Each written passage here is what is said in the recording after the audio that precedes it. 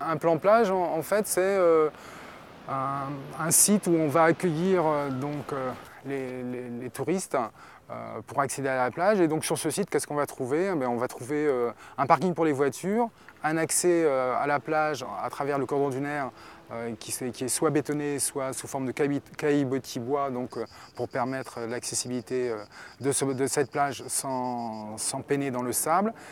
Sur le haut du cordon dunaire, on y met un poste MNS, où donc on a de la sécurité pour la baignade.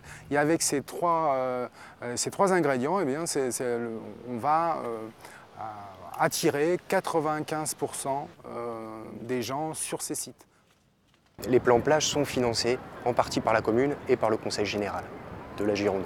Donc du coup, il y a un partenariat effectivement qui est mis en œuvre. Et on travaille avec tous les services disponibles sur place. En zone touristique, l'été, on travaille avec la police nationale, police municipale, CRS, pour tout ce qui va être aspect sécurité sur les sites. Les relations avec l'ONF sont très bonnes, ça se passe très bien. Leur expertise nous aide énormément pour ne pas faire n'importe quoi sur tout ce milieu dunaire, sur tout ce milieu forestier. La relation elle est plutôt sur la frange côtière, où la commune, par son côté touristique, par la fréquentation touristique, est obligée donc de passer au travers des terrains de l'ONF. Et donc là, il y a des réunions dans le cadre du plan plage avec l'organisation, avec des aménagements qui sont demandés par la collectivité et mis en place à ce moment-là par l'ONF. Là, on est sur le site du Petit Nice, un des 4 plans plage de la forêt domaniale de la Teste. Et ce site permet d'accueillir toutes les personnes handicapées, donc que ce soit en fauteuil roulant ou aveugles. Ils sont guidés pour pouvoir aller jusqu'à la plage en toute sécurité. Bois avec une pente inférieure à 4% pour les fauteuils. Et pour ceux qui souhaitent accéder à la plage, donc ils peuvent récupérer un tir à l'eau au poste des CRS. Et autrement, il y a des fils d'Ariane qui permettent de guider les personnes aveugles.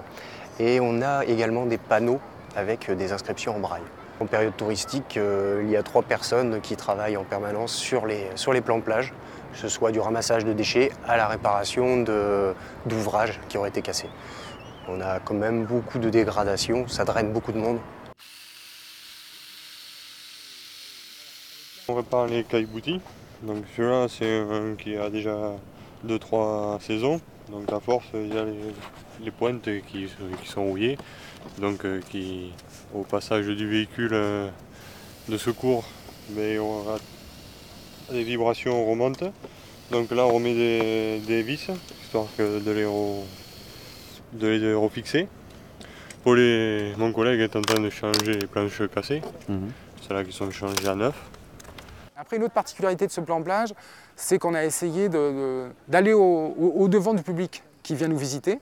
Et donc, on va animer ce plan plage à travers plutôt du culturel. Et donc, c'est comme ça qu'on a mis en place les bibliothèques éphémères. On va mettre un tout petit fond de livres au départ de la saison. Et après, sur un site comme celui de Carcan, c'est les gens qui approvisionnent cette bibliothèque.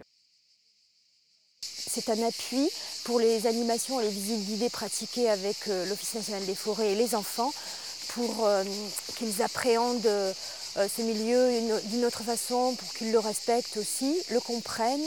Donc pour des scolaires, c'est très intéressant parce que ça permet à des instituteurs de s'appuyer pour illustrer leur programme en matière d'environnement. Voilà.